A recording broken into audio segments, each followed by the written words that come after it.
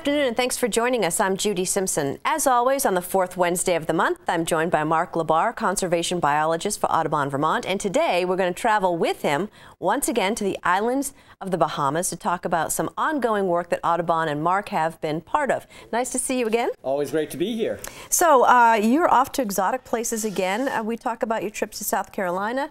Now let's find out about the Bahamas. Well, yes. So I went down and was able to go and visit Audubon folks down in South Carolina with the state program doing migration. And once again, I was able to go down to the Bahamas as part of Audubon, National Audubon Society's international program, the work that they've been doing with piping plovers, a priority bird species here in the United States. And Audubon found, you know, that the Bahamas are a really important wintering area.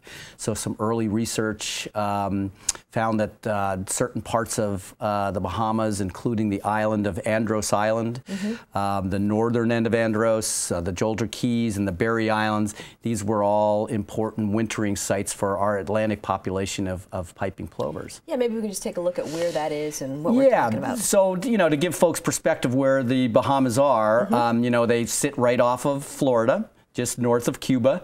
You know, if you look at the map here, you can see Florida is up in the left-hand corner there. And there are a string of lots of different islands and keys. I work on South Andros, that really big one there to the west. And this is the southern tip. Now, we found birds, Audubon, the international program, found birds up north and in other locations in the Bahamas. And one of the areas that I've been sent to now for the past 3 years has been the southern section of Andros Island, or South Andros, and in particular those southern keys. And that little blue line that you saw there is one of our survey transects. So basically, we go out in a boat and we putter around between all these little small islands or keys and look for piping plovers and try to find them where they're roosting and feeding. So what does the survey site look like? You know, we're out there, and some of the surveys can be these beaches, you know, which is nice. You get to walk on beaches. You're killing me. And when we're down in the southern keys, you know, they're sand spits in many cases, and they're very tide dependent. So here's a site that we found birds on, not this year, but we found birds on in 2015. And this will slowly fill in over time. So when we're down there motoring around, we're really trying to time it right with the tide. So as these sand spits open up, we have the opportunity to try to find the birds. And did you have help with this work? I did. You know, Audubon has been doing this work, but certainly there have been partners. This year we had the Canadian Wildlife Service. The Bahamian National Trust has been a partner in this for many years. They send out researchers. Here's on the right is Scott Johnson, who's from the Bahamian Natural Trust. And then we get volunteers that come down. David Jones is the person on the left there with the big camera. So multiple partners in this effort. There's banding that's done up in the Jolters with Virginia Tech and U.S. Fish and Wildlife Service. So it's a big effort, and I'm certainly privileged to be part of it. Was it difficult to count the birds and see the bands? You know, it's funny because you'll be motoring along, right? And, you know, these birds are not big, you know, they're pretty small, and they'll flock. So as you're motoring along, you're scanning with your binoculars and you're looking for, you know, a group of maybe 30 to 40 birds on these small spits. And oftentimes you don't see anything, but if you're lucky, all of a sudden somebody will yell "pipple." It's piping plover, that's our generic term. And, you know, you will, you know, have a chance to get out there. Now, David Jones, his clam flats photography are some of the pictures that we'll show you, came along with us with his big camera. And you can see what it looks like when he's taking a picture out there. And this has been really helpful because once we do find the birds, and once we will find sometimes anywhere from 1, 2, 3, all the way up to, again, 30 and 40, we need to count them. Right. And we need to start looking for these bands or flags that are on the bird. I don't know if folks noticed, but there was a little green flag on that first piping plover. I did notice that. Do they all have flags? Nope, many of them don't. And we record data for birds that are unbanded when we do our counts. But we also spend a lot of time looking for these birds that have these flags or have these color bands on their legs, because we can then trace them back to where they have bred or where they've hatched from. Mm-hmm. And so you have some images you want to show us? Yeah, so I think there's an image of, this is what a cluster of piping plovers looks like. Oh, they're so cute. Okay, they are, and they can be very jittery. They move around a lot. They know you're there. We're often standing back with a spotting scope in order to... I was going to say, how close can you get? Well, this is a picture that Dave took, and so he can get really close with his camera. We can see this a little bit further back, but again, you can see that one bird had that green flag, that first bird there, and we can read that. And what was great about having David along is with his camera, he could take these shots and we could go back and confirm the bands and the flags that we saw later on. I haven't been fortunate enough to work with David in the past, so it was great, because sometimes these birds are, they're moving around. Right. That's green flag. Did you see, a 30 on that one, or was that an 80? And then David can go, yeah, it's a 30, and we've got that confirmation. Great. So some of these, it just gives us the opportunity to then send this data out, and there's researchers back along the Atlantic coast that can pretty quickly turn around and tell us where these birds came from. Okay. I think we have some other images you want to take a look at. Yeah, so, it's funny, this year, in the past, we have seen banded birds, and we've seen them birds down in the Keys here and in South Andros, all the way from Nova Scotia, all the way down to North Carolina. We've recorded these banded birds. This year, we had a bunch of birds that all came from Forsyth National Wildlife Refuge, and this is one of them.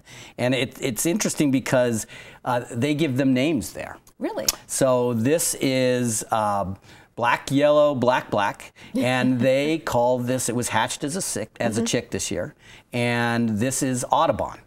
That's the name. That's the name of this particular chick that moved down to South Andros.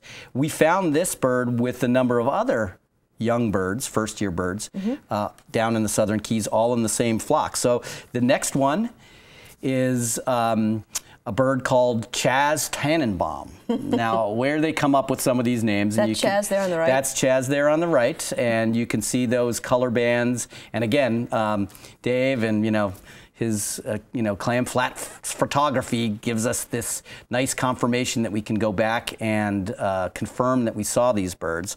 And then, of course, they must be running out of things to name theirs, but this one is known as Cheese. So, of course it is. So, this, again, was a group of birds, and it's really important that, not only do we know where these birds are hatching, and there's researchers that are following these on their breeding ground, but we're able to do this full life cycle conservation and see where they're wintering and work to try to protect sites. These keys down in South Andros are part of a national park.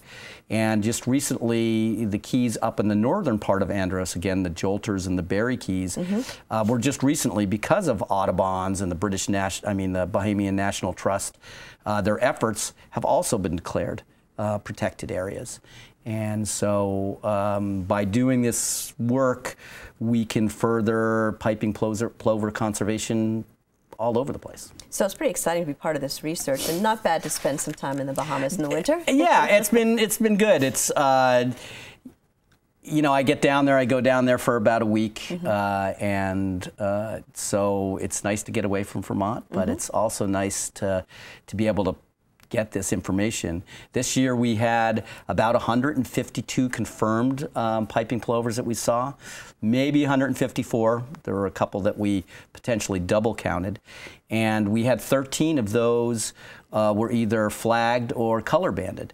Last year we had, I believe, somewhere around 116, maybe in the 20s that we saw. So each year we've been able to find more and more using South Andros as a wintering area. So any other notable birds while you were there?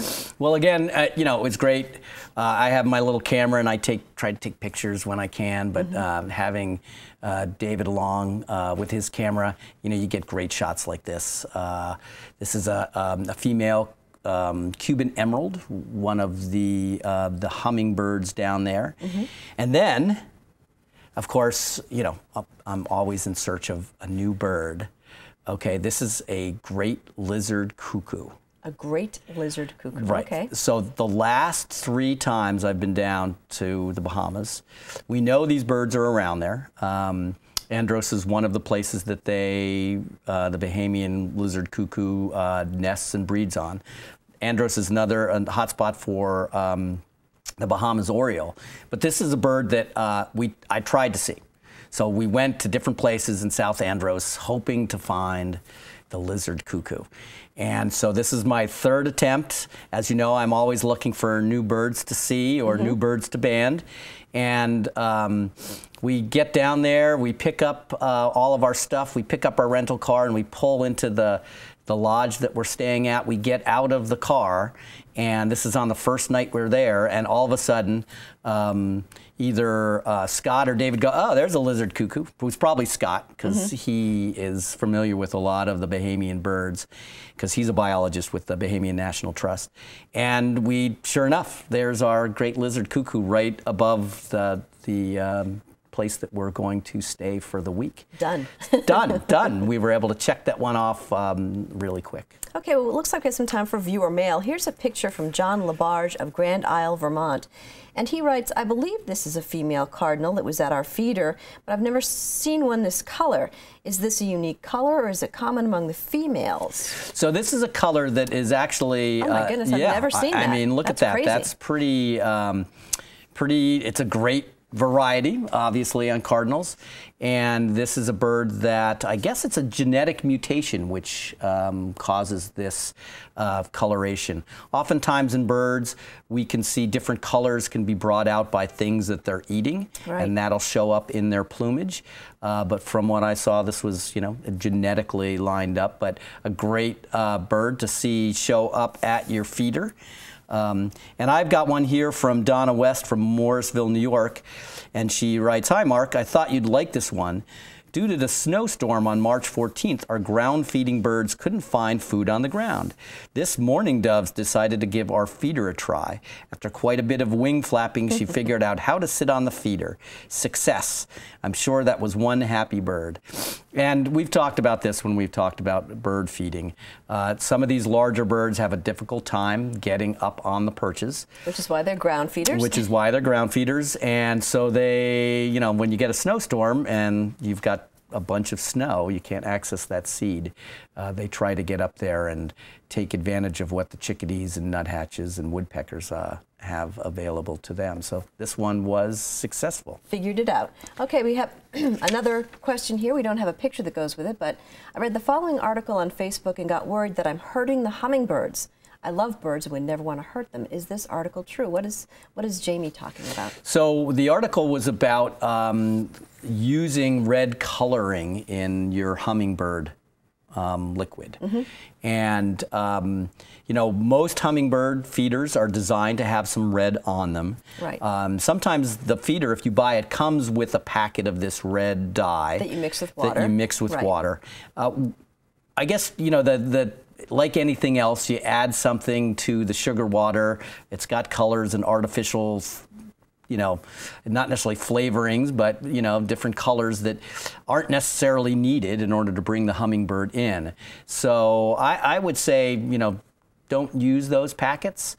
Just stick with regular sugar water, a 4-to-1 mix. So like a cup of water and 1/4 a cup of sugar stirred around? Or 4 cups of sugar. Oh, okay. Stirred around. You want it, yeah, well, I guess you're right, a cup to 1 1/4, but or 4 cups to 1 cup of sugar. Right. And usually, you know, if you do buy hummingbird feeders, look for the ones that have the perches and already have that red color, and that'll bring them in. Right, just a little red dot by where the hole is. Right, yeah, and you don't need to have all of that that coloring there. And then I have one last question we'll try to squeeze in here. This is from Karen Bingham. Hi, Mark. My husband and I visited the Fairbanks Museum today in St. Johnsbury and totally enjoyed all of the local and not so local stuffed birds, but they seem smaller. So the museum has lots of birds that have been there for a while. They've been mounted, and they do seem smaller because birds, when you see them up close, but my guess is they've also kind of contracted in size. Some of those specimens are probably more than 100 years old. Awesome. And so they don't quite look as big as they would in the wild. Excellent, thank you. If you have a bird-related question, you can contact Mark. You can write to him at Audubon, Vermont, 255 Sherman Hollow Road in Huntington. The zip code is 05462. Or you can email Mark your questions at mlabarr@audubon.org. Thank you so much. You're very welcome. That's our program for today. I'm Judy Simpson. We'll see you again next time on Across the Fence.